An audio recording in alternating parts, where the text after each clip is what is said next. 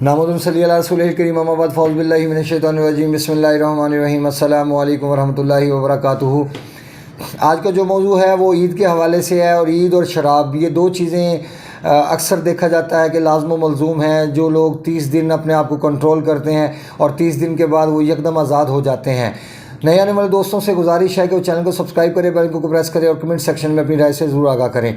شراب کو جو مزاج ترتیب دیا گیا اللہ رب العزت کی طرف سے، یہ خشک سرد ہے، اور اس میں مختلف چیزوں میں خمیر اٹھا کے شراب کو تیار کیا جاتا ہے، جس میں انگور بھی ہے، جس میں کیکر کے جو کیکر کے اوپر وہ جو اس کے چھلکے ہوتے ہیں اس سے بھی شراب تیار کی جاتی ہے، گڑ کی بھی شراب تیار کی جاتی ہے، انگور کی بھی شراب تیار کی جاتی ہے۔ مختلف چیزیں ہیں جن سے شراب تیار کی جاتی ہے، خمیر اٹھایا جاتا ہے۔ اس میں فالسے کی شراب بھی تیار کی جاتی ہے، جامن کی بھی تیار کی جاتی ہے، جامن کی بھی آلو بخارے کی بھی تیار کی جاتی ہے۔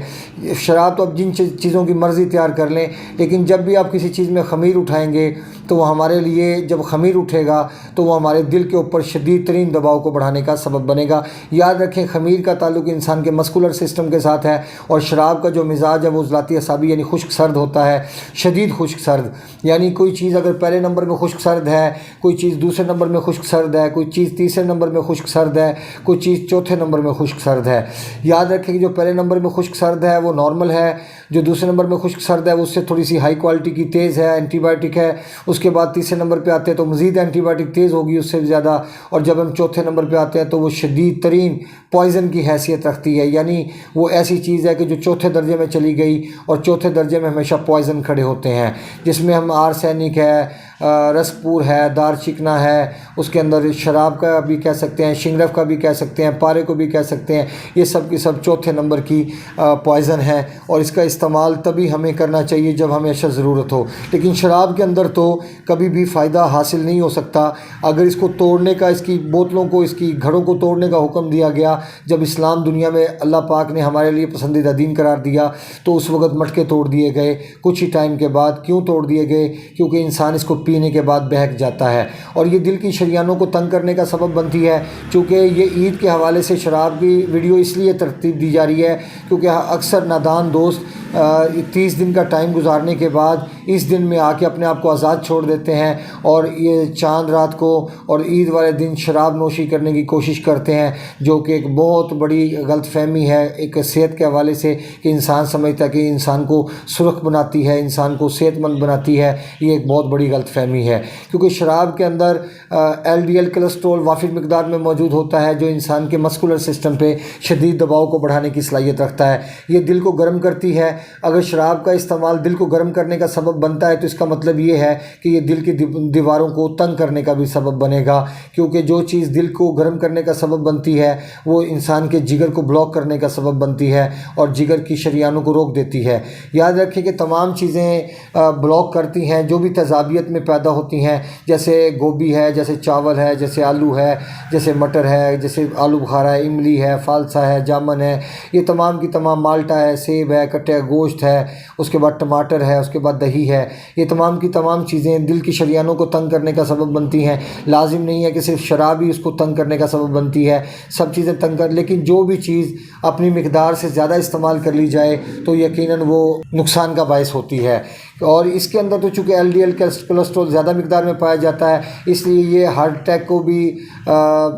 اٹیک کا بھی سبب بن سکتی ہے، اور ہارٹ فیلئر کا سبب بن سکتی ہے، اور دل کے دباؤ کا سبب بن کے یہ انسان کے جگر اور انسان کے گردوں کے لیے بھی تباہ و بربادی کا باعث بن سکتی ہے۔ کیونکہ تباہی تب پیدا ہوتی ہے جب ہمارا جگر، کیونکہ ہمارا جگر ایک ایسا آرگن ہے کہ جس نے انسان کے جسم میں سے زہریلے مواد کو تلف کرنے کا اہم فریضہ سر انجام دینا ہے۔ لیکن جب آپ کا مسکولر سسٹم شدید دباؤ میں چلا جائے گا اور دل کی دیواریں تنگ ہونا شروع ہو جائیں گی، تو 100% یہ یقین کے ساتھ بات کہہ رہا ہوں کہ یہاں پہ چونکہ تجربات ہیں، اسٹڈی ہے، سارا کچھ ہے الحمدللہ، تو میں آپ سے یہ بات بتانا چاہ رہا ہوں کہ دل کی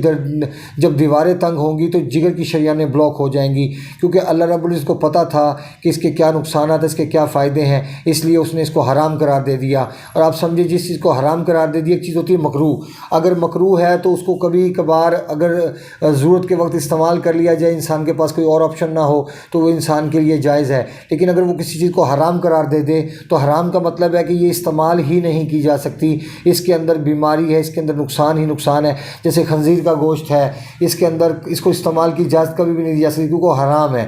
اس کے اندر جب تحقیق کی پتہ چلا کہ اس کے اندر بہت ساری چیزیں ایسی ہیں جو انسان کے لیے انتہائی نقصان کا باعث بنتی ہیں، تو اللہ رب العزت نے ان چیزوں کو پیدا کیوں کیا؟ پیدا کرنے کا مقصد یہی تھا کہ وہ انسان کو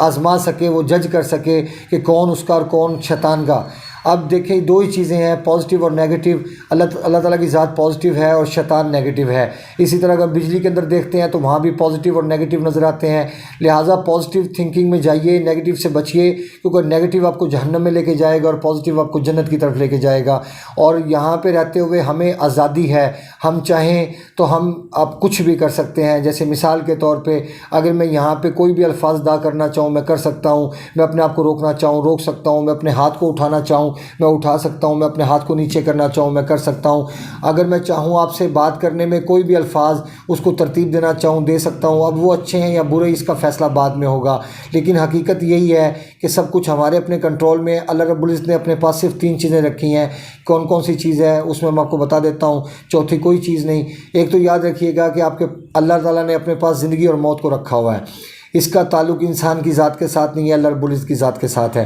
اس کے بعد رزق اللہ پاک نے اپنے پاس رکھا ہوا ہے، اس کا ایک عام انسان کے ساتھ کوئی تعلق نہیں ہے۔ اس کے بعد پھر اللہ رب العزت نے ہدایت اپنے پاس رکھی ہوئی ہے، اس کا انسان کے ساتھ کوئی تعلق نہیں ہے۔ یاد رکھیں کہ آپ کا کام اچھے کام کرنا، اچھائی کا حکم دینا اور برائی سے روکنا اور برے کام سے خود بھی رکنا ہے۔ اگر اس چیزوں کو ہم کمپلیٹ کرتے ہیں تو یقیناً ہم ایک اچھے مسلمان ہیں اور قیامت والے دن ہمیں اس سے بہت زیادہ فائدے حاصل ہوں گے۔ اگر کوئی انسان واش روم جاتا ہے اس کو دعا پڑھنا چاہیے، اگر باہر نکلتا ہے اس کو دعا پڑھنا چاہیے، کھانا کھاتا ہے اس کو دعا پڑھنا چاہیے، کھانا کھانے کے بعد اس کو دعا پڑھنا چاہیے۔ یعنی اللہ پاک چاہتا ہے کہ انسان ہر وقت اس کے ساتھ رابطے میں رہے، ہر وقت اس کے ساتھ محبت میں رہے، ہر وقت اس کو یاد رکھے، تاکہ قیامت والے دن اس کے لیے بہت ساری بہتریاں حاصل ہوں۔ لہذا شراب کا استعمال کسی بھی حالت میں فائدہ مند ثابت نہیں ہوگا، کیونکہ شراب ہماری کڈنی کو ڈیمیج کرنے کی صلاحیت رکھتی ہے، کریٹینائن کو بڑھانے کی صلاحیت رکھتی ہے، بلڈ یوریا کو بڑھانے کی صلاحیت رکھتی ہے، ہمارے جسم میں ٹیومرز کو پیدا کرنے کی صلاحیت رکھتی ہے، کینسر کو ڈیولپ کرنے کی صلاحیت رکھتی ہے۔ اگر کسی انسان کو بواسیر ہے تو اس کو 4 چاند لگ جائیں گے، یعنی کہ اس کی بیماری اتنی شدت اختیار کر جائے گی کہ شاید اس کا وہ تصور بھی نہیں کر سکتا۔ لہٰذا وقتی فائدے کے لیے، وقتی چسکے کے لیے، وقتی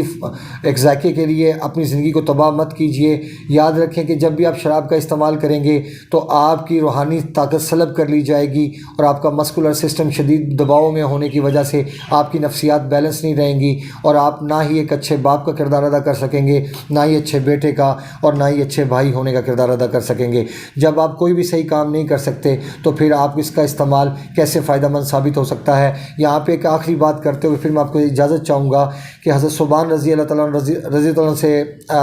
روایت ہے کہ انہوں نے آقا صلی اللہ علیہ وسلم سے پوچھا کہ اللہ کے رسول کیا شراب کو بطور دوا پینا جائز ہے؟ تو اللہ کے رسول آقا صلی اللہ علیہ وسلم نے فرمایا کہ جس چیز میں بیماری زیادہ اور شفا کم ہو تو اس چیز کو بطور دوا پینا کیسے جائز ہو سکتا ہے؟ لہٰذا آپ ایک مسلمان ہونے کا ثبوت دیجئے، ایک بہترین مسلمان ہونے کا ثبوت دیجئے، آقا صلی اللہ علیہ وسلم کے ساتھ بہترین کوآرڈینیشن ہونے کا ثبوت دیجئے، اور ایک بہترین امتی ہونے کا ثبوت دیجئے، اور اللہ کا ایک بہترین بندہ ہونے کا ثبوت دیجئے، اور ان چیزوں سے بچیے، اور ان چیزوں سے بچنے سے ہی آپ جنت کے حقدار ٹھہر سکیں گے۔ کیونکہ اگر آپ اپنی منمانی کریں گے، اپنے نفس کی پیروی کریں گے تو دنیا اور آخرت دونوں میں آپ کے لیے بھلائیاں نہیں ہیں، دونوں میں نقصانات ہیں۔ کیونکہ شیطان تو چھوٹ جائے گا، اس سے کہے گا کہ اللہ رب العزت کیا میں نے اس کو ہاتھ پکڑ کے اس کو بتایا تھا کہ تو یہ کام کر؟ اگر اس کے سارے اس کی اپنی مرضی تھی، اس کی اپنی منشا تھی، لہٰذا وہاں پہ وہ تو چھوٹ جائے گا لیکن آپ پکڑے جائیں گے۔ اپنے دوست احباب کا خیال رکھیں، ملتے ہیں انشاءاللہ مزید انفارمیٹیو ویڈیو کے ساتھ، اور اس عید کے اوپر بہت سارا خیال رکھیے گا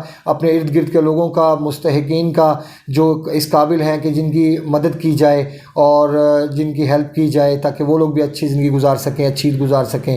اپنے دوست احباب کا خیال رکھیں، ملتے ہیں انشاءاللہ مزید انفارمیٹیو ویڈیو کے ساتھ۔ وما علینا الا البلاغ المبین۔ السلام علیکم ورحمۃ اللہ وبرکاتہ۔